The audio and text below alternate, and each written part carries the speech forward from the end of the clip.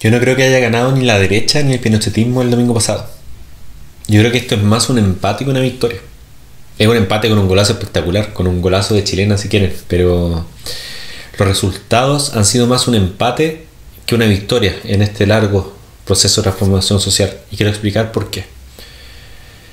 Tras el plebiscito, me parece que son dos los grandes relatos respecto al 62% del rechazo. El primer relato es el rechazo como una fuerza que busca restaurar el orden vigente. El segundo relato es el rechazo como una fuerza destituyente radicalizada. El primero se entiende por sí solo: restaurar, mantener, conservar, que es la carta que está jugando la derecha, justamente. Entonces voy a explicar el segundo relato, el del rechazo como una fuerza destituyente radicalizada, porque creo que es lo que aplica y se ajusta a los hechos. Para explicar mi punto, tengo que comenzar diciendo de que todo proceso de transformación social tiene una potencia, una energía o una fuerza que desarma lo viejo. Pero también tiene una potencia, una energía, una fuerza que arma lo nuevo. La primera es una potencia destituyente. La segunda es una potencia instituyente. Mi tesis es que la potencia destituyente, que con mayor nitidez hemos visto desde el 2019 hasta ahora, es muchísimo más grande que la potencia instituyente. Si nosotros ponemos una junto a la otra, vamos a ver que la potencia instituyente sobrepasa a la instituyente. Significa que lo que se es capaz de ordenar, de crear, de instituir es mucho más chico y lento que la energía que desordena y descompone el orden vigente. Los protagonistas de la potencia destituyente son las y los desencantados. Entonces en la práctica esto significa que lo que se es capaz de encantar es mucho más pequeño que el agudo desencanto. Hoy día quienes han intentado crear, instituir o componer lo nuevo han sido principalmente la izquierda y los movimientos sociales. Su resultado ha sido la Convención Constitucional, la propuesta constitucional y el gobierno de Apruebo Dignidad. Pasa que estas tres creaciones no han sido capaces de abarcar y encauzar la inmensa potencia destituyente. Ese resto que queda entre potencia destituyente y potencia instituyente es energía en fuga. La energía del desencanto no ha sido aprendida políticamente y por lo tanto está siendo disputada por los sectores conservadores y los sectores transformadores. Lo que está políticamente en disputa hoy es cómo estabilizar y cómo encauzar esa energía en fuga.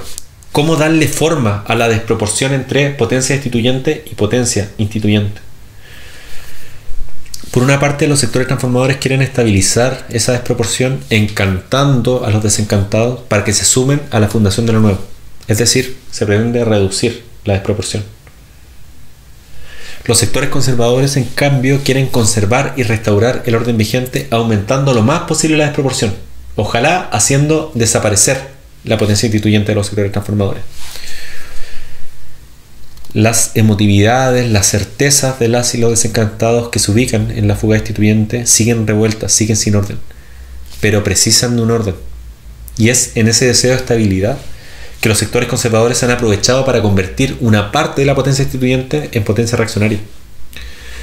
Bloquear el posible encanto de los desencantados para que en su necesidad de estabilidad los desencantados prefieran la restauración de la vieja estabilidad. De ahí tanta fake news, por ejemplo. Esto nos hace entender que no es contradictorio que miles y miles que salieron a las calles en la revuelta popular hayan votado por Kast o por el rechazo. La principal razón es porque no han sido convocados ni interpretados por las certezas y los encantos que proponen los sectores transformadores. Tras el 4 de septiembre, la desproporción entre potencia destituyente y potencia instituyente aumentó radicalmente. La potencia destituyente adquirió más energía y lo poco que las fuerzas transformadoras han podido crear, estas tres instancias, gobierno, convención y propuesta constitucional, también ha entrado de lleno en el vértigo destituyente. De estas tres creaciones, solo queda una. El otro día vi una imagen que se burlaba del acto del rechazo en el Mirador Pablo Neruda, arriba del cerro, comparándola con la concentración en Santa Lucía. Ojo, les comenté a varias personas porque no son 500.000 en contraste con los 200 que había en el acto, sino que los 500.000 encantados contrastan con millones de desencantados que estaban en sus casas, que no se movilizan colectivamente por crear, sino que actúan individualmente por destituir. Entonces vuelvo al asunto del principio. ¿Por qué creo que esto es una fuerza destituyente radicalizada? Principalmente porque los sectores conservadores, protagonizados por el Partido Republicano, por Chile Vamos y algunos sectores de la vieja concertación, no tienen capacidad creativa, no tienen capacidad de imaginación política para instituir o para encantar desde sus propios pergaminos ideológicos, morales o éticos. Ellos pueden estabilizar parcialmente la desproporción entre potencia instituyente y potencia destituyente, pero no tienen ninguna capacidad instituyente hoy día. Su capacidad hoy día es defensiva, no ofensiva. De allí que creo que la aplastante victoria del rechazo es más un empate que una victoria de los sectores conservadores, porque por el momento tienen pergaminos solo para mantener el desencanto. En esta realidad van a hacer lo posible para que el gobierno de Boric y los gobiernos locales, que es lo que queda en pie de este envión instituyente de la izquierda y los movimientos sociales, también caiga de lleno en el espiral desarmador y descomponedor de la potencia destituyente. Por eso yo creo que el rechazo es una potencia destituyente radicalizada, porque cualquier propuesta instituyente creadora está cayendo en el espiral de la institución. El pueblo está siendo ingobernable. Ese es el rollo de fondo. Si pensamos en los últimos años, las últimas elecciones han sido de destitución. El apruebo de entrada fue destituyente respecto a la constitución pinochetista y al gobierno de Piñera. La elección de convencionales fue destituyente respecto a la clase política. La elección de Boric también fue destituyente respecto a la clase política. Que ahora la elección del 4 de septiembre fue destituyente respecto a la convención y al gobierno actual. Destituir, repulsar, rechazar es mucho más fácil que aprobar, crear, construir y asimilar. Nuestra democracia se convirtió en una democracia destituyente, que se basa en rechazar, destituir, en castigar, pero no tiene mecanismos internos para construir, para instituir, para crear. Probablemente como nunca en la historia política moderna ha sido tan difícil construir, instituir y crear, por las características y la envergadura de la crisis de representación que tenemos hoy día en Chile. Por esa crisis de representación es que no tengo ni un ápice de duda de que si por arte de magia los sectores conservadores tuvieran capacidad instituyente y propusieran una constitución escrita por ellos, sería rechazada también en un plebiscito. Ahora bien, ojo que la incapacidad creativa y la incapacidad instituyente de los sectores conservadores puede ser potencialmente reemplazada y saldada por una deriva autoritaria, como deja entrever la estrategia comunicacional del Partido Republicano. Así que ojo y atención con eso, que no es menor. Como diría Álvaro García Linera, nos encontramos en un empate catastrófico.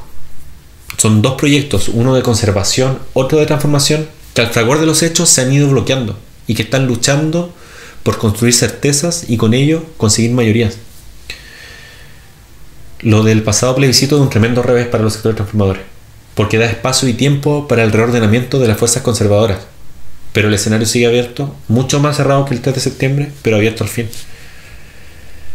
Los resultados del plebiscito nos confirman que esta es una disputa larga, una disputa de décadas, y que 3 años de ofensiva, creación y afirmación de los sectores transformadores no son suficientes.